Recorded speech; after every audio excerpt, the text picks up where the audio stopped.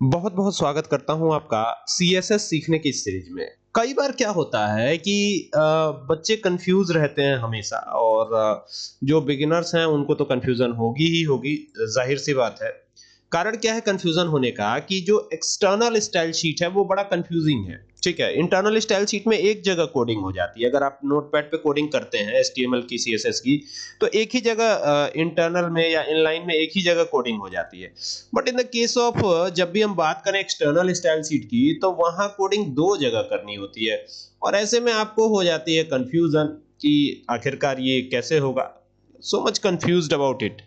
तो अभी इसका सॉल्यूशन देने वाला हूं। ठीक है, अब कैसे ये सॉल्यूशन निकलेगा इसके लिए सबसे पहले तो एक कोड लिखते हैं यहाँ पर एचटीएमएल के लिए। ठीक है, तो ये एचटीएमएल के लिए लिख रहा हूं, इसके बाद सीएसएस के लिए अलग कोडिंग करी जाएगी। तो ये हो गया एचटीएमएल, फिर यहाँ पे हेड पोर्शन आएगा। ये हो गया हेड पोर्शन। ठीक है, और हेड के बाद आप चाहे तो मेटा टैग का यह यूज कर सकते हैं। मेटा टैग को यूज करने का फायदा ये है कि हर ब्राउजर में ये कंपैटिबल हो जाएगा आपका कोड। तो फिलहाल लेकिन मैं मेटा टैग यूज नहीं कर रहा हूं। ठीक है, तामझाम बढ़ाने का कोई अभी बहुत मतलब नहीं है, क्योंकि आप अगर डेवलपर लेवल के हैं तो आपको मेटा टैग का मतलब पता ही होगा, और अगर आप बिगिनर लेवल के हैं तो मैं कितना भी समझाऊं आपको समझ नहीं आएंगी वो बातें। तो यहाँ पे फिलहाल जो है ग्रेडियंट कर देता हूं, ग्रेडियंट, क्योंकि ग्रेडियंट कलर का पैटर्न रहेगा। तो यहाँ मैंने लिखा gradient background, gradient background pattern कर देते हैं, पैटर्न। ठीक है, तो ये ग्रेडियंट बैकग्राउंड पैटर्न हम प्रिंट कराने वाले हैं, ये हमने दे दिया। और इसके बाद यहां से ना टाइटल को क्लोज कर दीजिए, टाइटल का काम खत्म, टाइटल का बस इतना ही काम होता है। अब यहां पर हेड क्लोज नहीं होगा। हेड कब क्लोज करेंगे? हेड को क्लोज करने की बारी आएगी, डोंट वरी।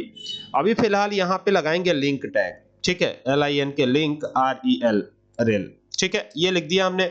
अब यहां पर ना आपको डबल इन्वर्टेड कॉमा में इज इक्वल टू लगा के लिखना है स्टाइल शीट। अब ऐसा स्टाइल शीट ही लिखना है और कुछ नहीं लिख सकते आप। ऐसा नहीं है कि और कुछ लिख देंगे, स्टाइल शीट ही लिखना है। और यहाँ पे कनेक्ट करवाना है इसको दूसरे फाइल से, तो HREF लगाएंगे ही लगाएंगे। आपने हाइपरलिंक पढ़ा होगा छोटे क्लासेस में, तो हाइपरलिंक यहाँ पे करवा रहा हूं मैं। तो यहाँ पे ना जो फाइल बनाएंगे उसको मान लीजिए हम नाम दे देंगे स्टाइल।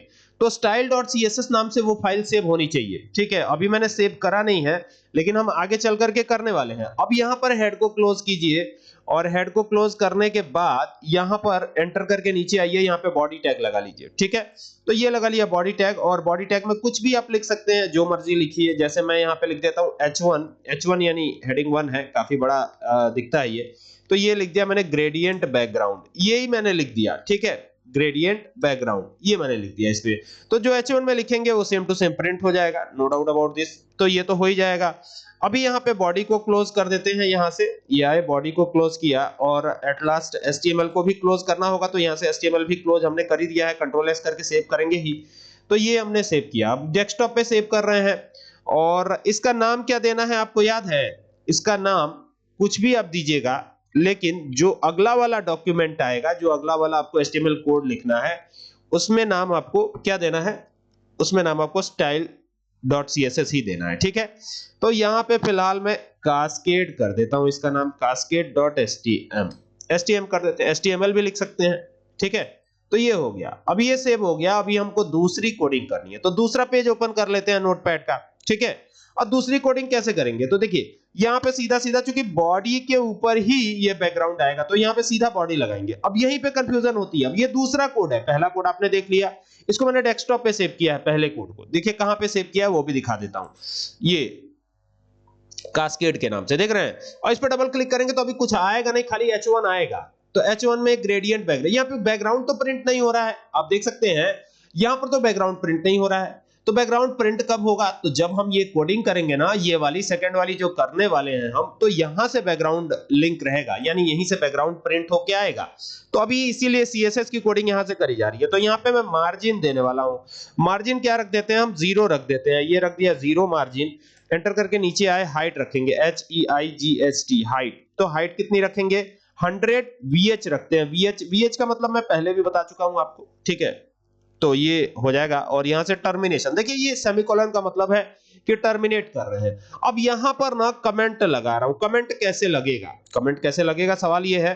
तो देखिए ये जो है ना स्लैश लगा के, ये आप देख सकते हैं स्लैश लगाया हमने। एक तरीका ये भी होता है HTML में कमेंट लगाने का। ठीक है, और यहाँ पे मैं लिख देता हूं gradient, GRADIENT, gradient colour. Gradient colour लिख दिया। तो ये जो है कमेंट हो गया। अब ये कमेंट क्लोज भी करा जाएगा तो यहां से ये क्लोज हो गया, तो ये कमेंट हो जाता है। ठीक है, इस तरह से आप कमेंट कर सकते हैं। ठीक है, एक कमेंट तो ये होता है कि आप एक्सक्लेमेशन लगाकर टैग के अंदर लिख देते हैं तो वो भी कमेंट हो जाता है, और ये भी कमेंट है। ठीक है, अब यहां पर ना बैकग्राउंड लिखेंगे, बैकग्राउंड। अब ये कोई सिंपल एचटीएमएल कोड नहीं है कि आपको यहाँ बीजी कलर लिखना है। ठीक है, यहाँ पे बैकग्राउंड लिखिएगा और यहाँ लिखिएगा लीनियर, लीनियर, ये लिखा लीनियर, और लीनियर ग्रेडियंट कर देंगे, GRADIENT। लीनियर भी कई तरह का होता है, सॉरी ग्रेडियंट भी कई तरह का होता है, लीनियर होता है, रेडियल होता है। तो यहाँ पे फिलहाल मैंने लीनियर किया हुआ है। ठीक है, तो लीनियर यहाँ रखा है, ये हो गया लीनियर। और लीनियर करके क्या करना है आपको, लीनियर ग्रेडियंट कर देना है। ग्रेडियंट कर ही दिया है। अब ये ना इसकी कोड, इसके लिए थोड़ा कोड लिखेंगे, हेक्साडेसिमल कोड जो आएंगे वो लिखेंगे। तो यहाँ ब्रैकेट को ओपन करेंगे और यहाँ लिखेंगे टू राइट, मतलब राइट की तरफ ये जाएगा, तो टू राइट कर दिया हमने, और कॉमा लगा करके हैश, हैश लगाया हमने, FF 7E करेंगे और 5F। ठीक है, ये हो गया। फिर कॉमा लगा दीजिए, फिर यहाँ हैश लगाइए और फिर यहाँ लिखिए FEB, है ना, और फिर लिखिएगा 4747B। तो ये ऐसे हो जाएगा, है ना। अब इसको बंद करिएगा और बंद करके टर्मिनेशन दे दीजिएगा। ये टर्मिनेट हो गया। टर्मिनेट होने के बाद अब यहां पर फिर एंटर करके नीचे आते हैं और यहां पर वापस से हम देने वाले हैं बैकग्राउंड। तो यहां लिखेंगे बैकग्राउंड BR, ये हो गया बैकग्राउंड। ठीक है, तो बैकग्राउंड कैसा रहना चाहिए, तो रिपीट होना चाहिए, REPEAT, ये हो गया रिपीट। ठीक है, और यहां लगाइए कॉलन, और कॉलन लगा करके no repeat, REPEAT, no repeat, और यहां टर्मिनेशन दे दीजिए, एंटर कर दीजिए। एंटर करने के बाद क्या करना है, यहां देना है बैकग्राउंड, BACKGROUND, ये हो गया बैकग्राउंड। अटैचमेंट, ATTACHMENT, अटैचमेंट, और यहां लिखिएगा FIXED, फिक्स्ड। ठीक है, ये हो जाएगा। अब थोड़ा सा कोडिंग बस और रह गया है, बहुत ज्यादा कोडिंग आपको करनी नहीं है, अब थोड़ा सा और रह गया है, तो चलिए उसको भी कर ही लेते हैं। तो अब क्या करना है, अब H1 वाला जो लिखा है ना, उसका पूरा डिटेल देना है यहाँ पे। पहले तो ये जो कर्ली ब्रेसेस हमने ओपन किया था, इसको क्लोज कर लेते हैं, क्योंकि अब तो कुछ रहा नहीं, तो ये यहाँ पे ये पार्ट खत्म हो गया, तो इसको क्लोज कर लीजिए। अब यहाँ पे H1 लगाइए, कर्ली ब्रेसेस ओपन कर लीजिए, और यहाँ पे क्या देना है आपको, एंटर करके नीचे आइएगा, यहाँ पे लिखिएगा कलर। ठीक है, सिंपली नोटपैड पे ये कोडिंग करनी है आपको, और यहाँ पे इसका कलर हम रखेंगे व्हाइट। कैसा रखेंगे, व्हाइट। आप हेक्साडेसिमल कोड भी इस्तेमाल कर सकते हैं, जैसे मैंने ऊपर इस्तेमाल किया है। ठीक है, यहाँ पे लिखा मैंने पैडिंग, पैडिंग टॉप करेंगे, मतलब ऊपर की तरफ, है ना। तो ये हो गया, और 40 पिक्सल रहेगा, ये कितना रहेगा, 40 पिक्सल। और यहाँ से टर्मिनेशन दे करके फिर आगे बढ़िएगा, फॉन्ट डैश करिएगा फैमिली, फैमिली, फॉन्ट फैमिली हो गया। और फॉन्ट फैमिली में क्या देना है आपको, फॉन्ट फैमिली में दीजिएगा एरियल, कुछ भी दे सकते हैं, जो भी फॉन्ट का आपको अच्छा लगता हो वो दे सकते हैं। यहाँ फिलहाल मैंने एरियल दिया है, और यहाँ लिखेंगे सेंस शेरिफ, SERIF, ये हो गया। और फिर यहाँ से टर्मिनेट कर दीजिएगा। ठीक है, तो यानी कि पैडिंग भी दे दिया। एक चीज इसमें और है कि यहाँ पर आपको अलाइन करना होगा इसको, तो ये टेक्स्ट किधर की तरफ अलाइन रहेगा वो भी दे देते हैं, टेक्स्ट अलाइन, ALIGN। तो टेक्स्ट अलाइन रहेगा सेंटर में, तो CENTER, तो ये हो गया सेंटर, और यहाँ से टर्मिनेशन। ठीक है, तो अब सब कुछ हो चुका है, अब बस लास्ट वाला ये क्लोज करना है।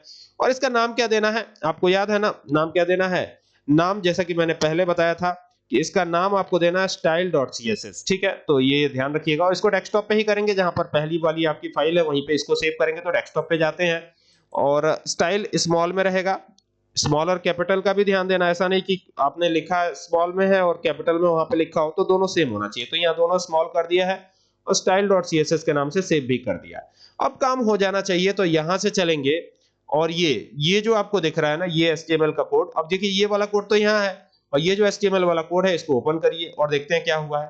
तो देखिए यहाँ पर एक ग्रेडियंट बैकग्राउंड तैयार होता हुआ नजर आ रहा है, देख रहे हैं, मतलब कि देखिए ये कोड जो था ये एक्सटर्नल स्टाइल शीट का था, इसी को इंटरनल की मदद से भी बना सकते हैं, तो वहां एक ही जगह कोडिंग हो जाती है। और जब आप CSS यूज करेंगे ना, तो एक बेहतर लुक दे पाएंगे अपने वेबसाइट को। और ये हमारा जो HTML वाली सिंपल कोडिंग होती है वो वाली कोडिंग थी। तो दोनों कोडिंग मैंने आपको दिखा दिया, और दोनों ही आपको डिटेल में समझा भी दिया। तो उम्मीद करता हूं कि आपको बात ये अच्छी लगी होगी वीडियो, और वीडियो अच्छी लगे तो इसको शेयर कीजिएगा, और साथ ही साथ हमारे चैनल जिसका नाम है कंप्यूटर एंड एक्सेल सॉल्यूशन, इसको सब्सक्राइब करना ना भूलिएगा। Thank you for watching this video.